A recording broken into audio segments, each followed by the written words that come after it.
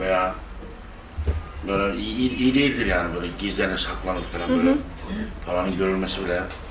So this whole money thing is a taboo, you know. We don't, you know, we kind of, we're secretive around it. We hide like how much this person have, how much like, so it's kind of a like curse or a, yani you know, parayı burden. zındık amaçlar için değil de kutsal bir amaç için kullanmaktan bahsediyor. Yeah, so to use the money, you mentioned in the book, to use the money for sacred purposes, not for evil purposes or for destruction. Yani kısaca bu ne demek? Soruyor musunuz bunu kendisine? So he's asking you briefly, how can we make money sacred? Right. Yeah, because the book is not saying just use money in a good way. Bu kitap sadece parayı iyi bir şekilde kullanın demiyor. It's saying that the bad effects of money in our world they're not just because of how we use it. Paranın kötü etkileri onu sadece nasıl kullandığımızla ilgili değil. But the bad effects are built into the way money is created. Ama kötü etkiler paranın yaratılışıyla ilgili. And how money is created is part of even a bigger story. Ve paranın nasıl yaratıldığı aslında çok daha büyük bir hikayenin parçası. Because you could say that money is just a story. Çünkü paranın sadece bir hikaye olduğunu söyleyebiliriz. There's symbols and we have meanings on those symbols. Bir takım semboller var ve o sembollerinde bir anlamları var. But by itself it's not valuable, it's just a piece of paper. Ama kendi başına hiçbir değeri yok, yani sadece bir kağıt parçası. Not even gold is really valuable by itself. Aslında altın bile tek başına çok da değerli bir şey değil. Yeah, not that useful. O kadar yararlı, faydalı bir şey değil. So we have a story of money that tells us who can create it, how much, under what circumstances, what it means, what you can do with it. Paranın şöyle bir hikayesi var. Bu parayı işte kim oluşturabilir, atıyorum kim basabilir, kim kullanabilir, onunla ne yapabilirsin gibi böyle bir hikayesi var. And this story is part of a bigger story that tells us what is a human being, how does the world work? Ve bu küçük hikayede bir aslında insan nedir ve bu dünya nasıl işler, nasıl çalışır diye daha büyük bir hikayenin parçası. A story that tells us who are we? Bize kim olduğumuzu anlatan daha büyük bir hikaye. Where did we come from? Nereden Where are we going? Geliyoruz. What's important? Önemli olan nedir? What's valuable? Değerli olan nedir? What's the nature of reality? Gerçeğin doğası nedir? Gerçekliğin. Gerçekliğin. Money as we know it is part of this bigger story, and this bigger story is what makes the world seem not sacred. Ve aslında bu büyük hikayedir ki hani dünyanın paranın ve dünyanın. The world sacred or It makes this bigger story makes when we are in this mythology, we see the world as not sacred. Bu mitin içindeyken de dünyayı kutsal göremeyiz. So the book Sacred Economics is really about constructing a different mythology, a different story. Bu kitap aslında başka bir hikaye yaratmakla ilgili bir kitap. Daha kutsal bir hikaye. Daha kutsal bir hikaye yaratmak. A story that reunites us with this world and its sacred nature. Bizi bu dünyayla ve onun kutsal doğasıyla birleştiren bir hikaye yaratmakla ilgili. All the things he was saying. Yani kendisinin söylediği bütün her şey. A story that says the world is a gift. A story that says every being is interdependent on every other being. Her şeyin kutsal olduğu ve bütün varlıkların birbirleriyle ilişki halinde ve birbirlerine bağlı olduklarıyla ilgili bir hikaye. A story that says that matter, everything, is intelligent and conscious and alive and has purpose and sacredness. Everything. Bütün her şeyin canlı olduğu, bir amacı olduğu ve her şeyin kutsal olduğunu anlatan bir hikaye. And a story that says we are born, it's not just our duty to give, it's not just our duty, it's our desire. Ve aslında vermek bizim görevimiz değil, aynı zamanda da arzumuz, tutkumuz. So sacred money then would be money that fits into this story. Sacred, if money is sacred, it would be part of this story. Ve eğer para kutsal olursa o zaman bu hikayenin de bir parçası olacaktır. So the book asks, what would money look like if it connected us to nature instead of separating us? Ve kitap şunu soruyor, yani para eğer bizi doğadan ayırmak yerine bizi doğaya bağlasaydı o zaman nasıl bir şey olurdu? What would money look like if it encouraged sharing and not hoarding? Ve eğer para biriktirmek yerine paylaşmayı Teşvik etseydi. Paylaşmayı teşvik etseydi o zaman neye benzerdi? Yeah, what would money look like if it encouraged us to heal nature and not destroy it? Eğer bizi doğayı yok etmek yerine onu iyileştirmeye Teşvik etseydi. teşvik etseydi neye benzerdi? So that to me would be sacred money. Bana göre bu kutsal para olurdu. Evet, şimdi bunlara ekleyeceğim şu şeyler var. There are a few things I want to add to these. Şimdi esas amaç üretilmiş şeyleri paylaşmak mıdır yoksa üretimin kendisinde mi bir sorun var? So is our real purpose to share what is produced, or is there a problem inherent in the production of things? Şimdi Karl Marx Das Kapital adlı kitabında üretilmiş şeylerin doğasını tartıştı. And Marx has argued about the nature of the things that are produced in his book Das Kapital. Yani bir şey üretilirken ona ne kadar emek sarf ediliyor? Kimin emeği haksız yere başkasına geçiyor? Yani sömürü meselesi tartışıldı. So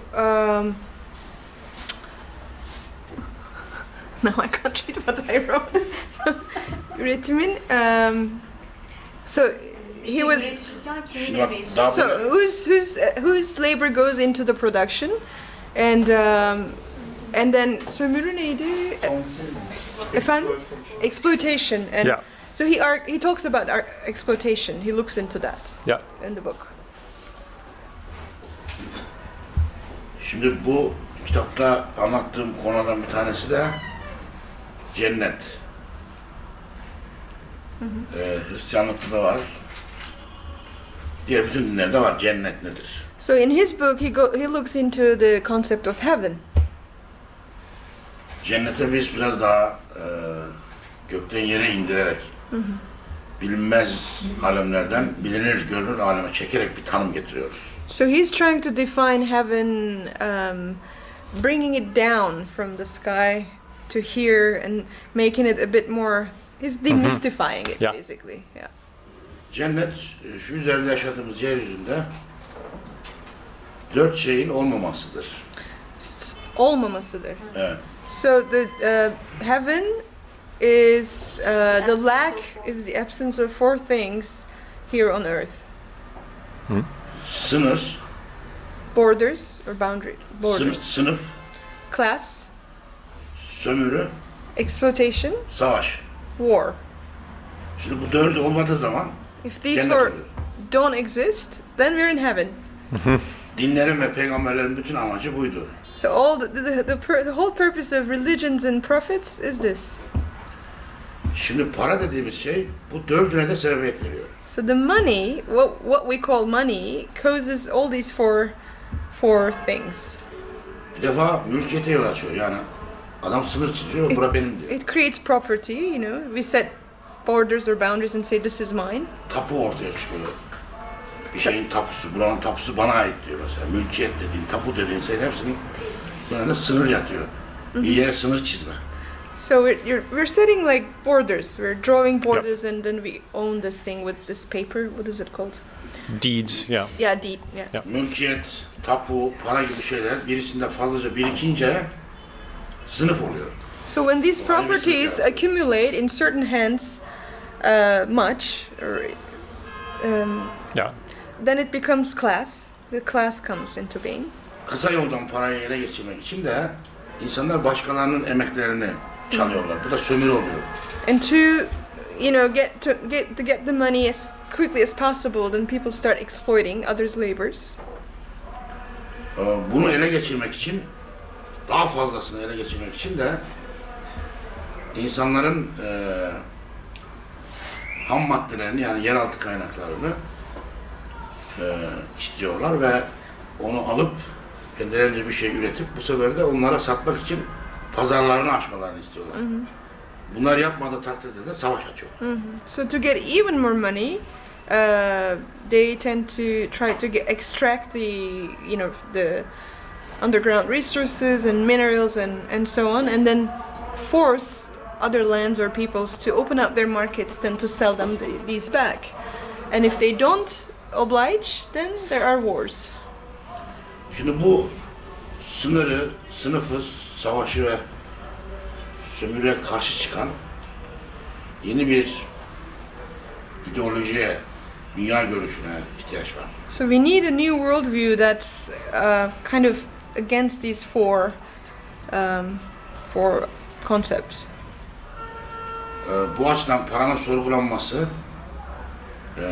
bu yazılan kitapta da buna yol açtığı için, yani parayı sorguladığınız zaman ister istemez sınırı, sınıfı, sömürüyü ve savaşla sorgularsınız.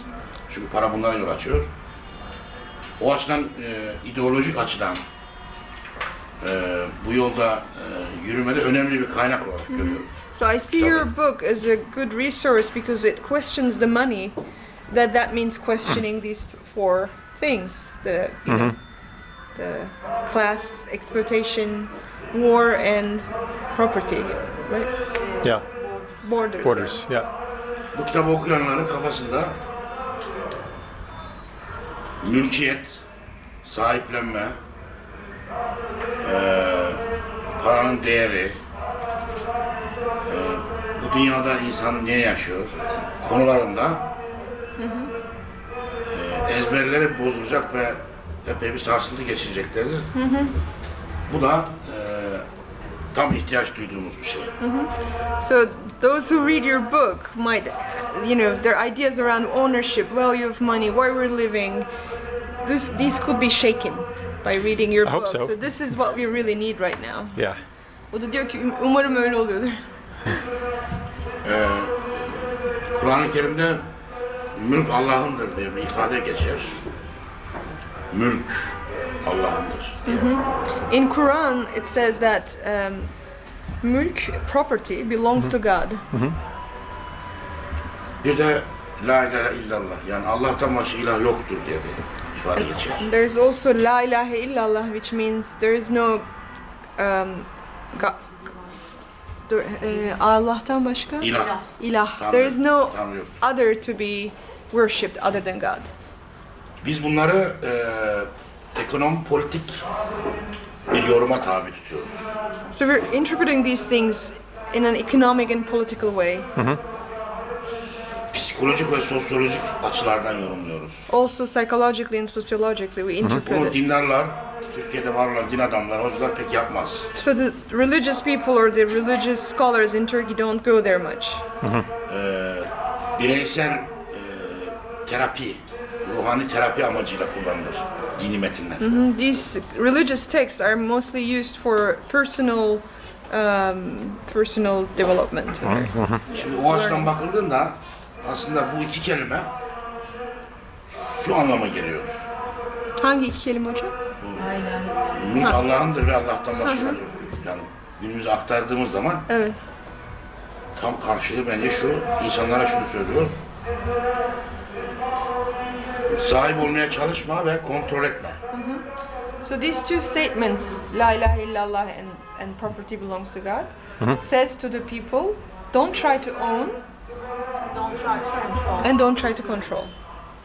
Sahip olmak mülkiyeti doğuruyor.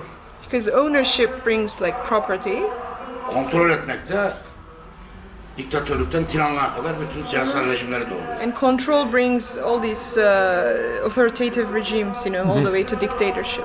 Halbuki doğada herhangi bir şeye sahip olma yani. Böyle benim deme. Çünkü vücut organların bile senin değil. So Bir de böyle kontrol etmeye çalışma yani. Etrafı kontrol etme hastalığı, bütün ilişkileri bozan şey bu.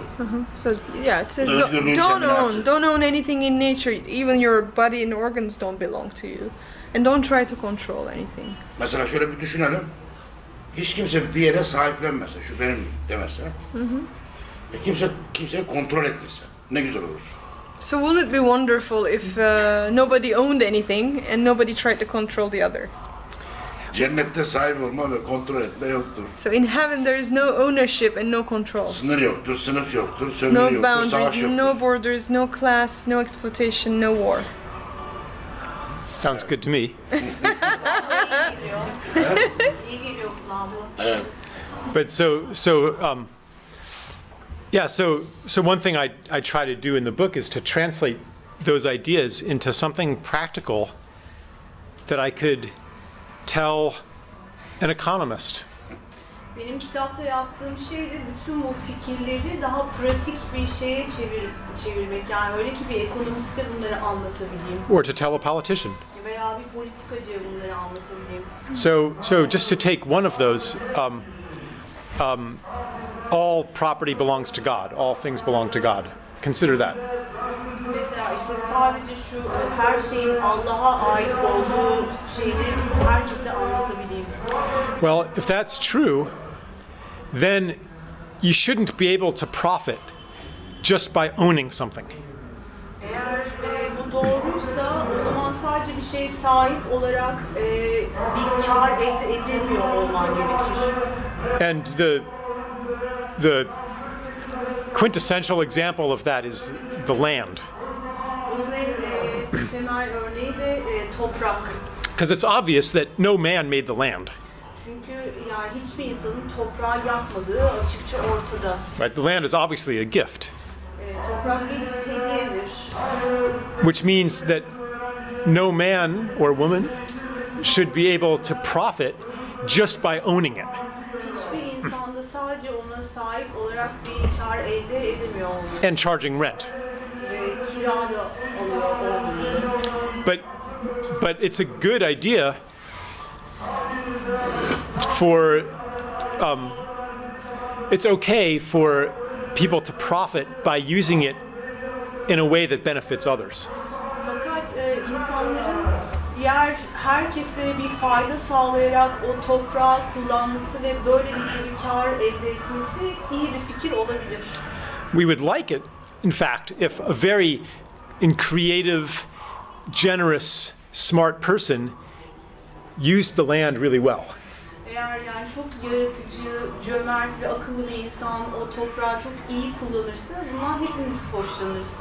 So one economic proposal is to tax land at an amount that cancels out the rent value.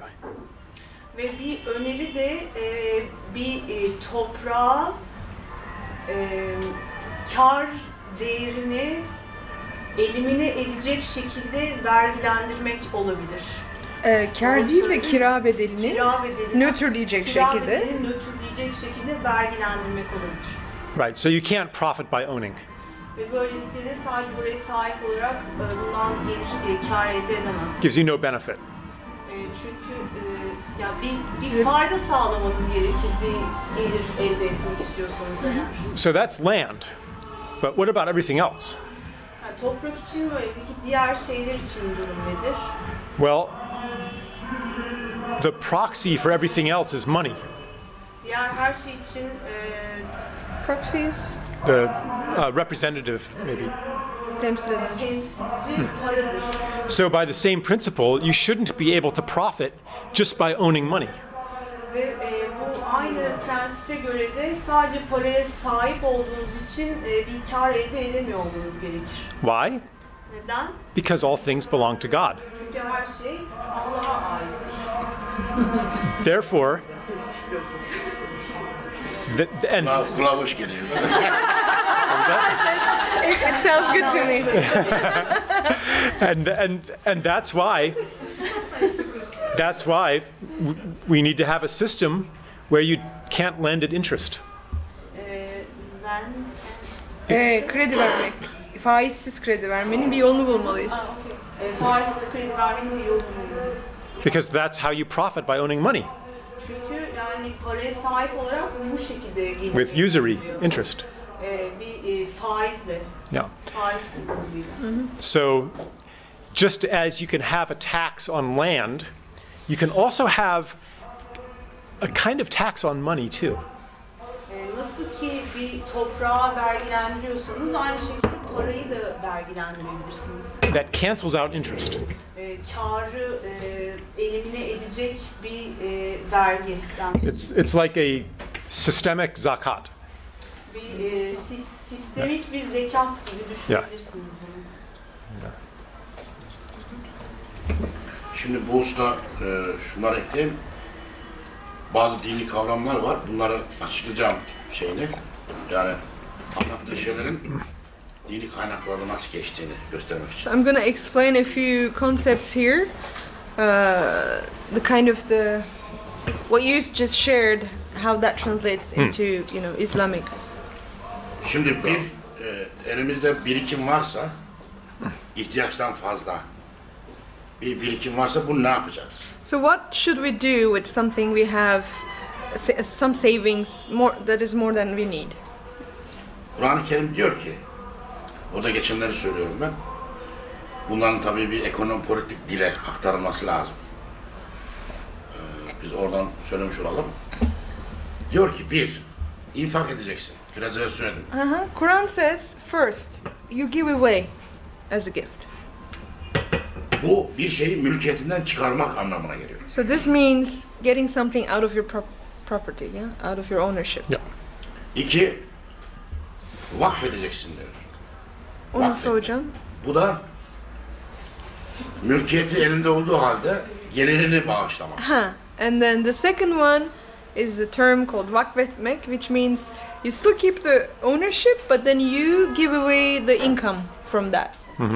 Whatever the property is. Eğer ihtiyaçtan fazlaysa, ihtiyaçtan fazla olan şeyin ya kendisini vereceksin ya da gelirini bağışlayacaksın. So anything you have more than you need, so you either give that thing away or you give the income of that thing away.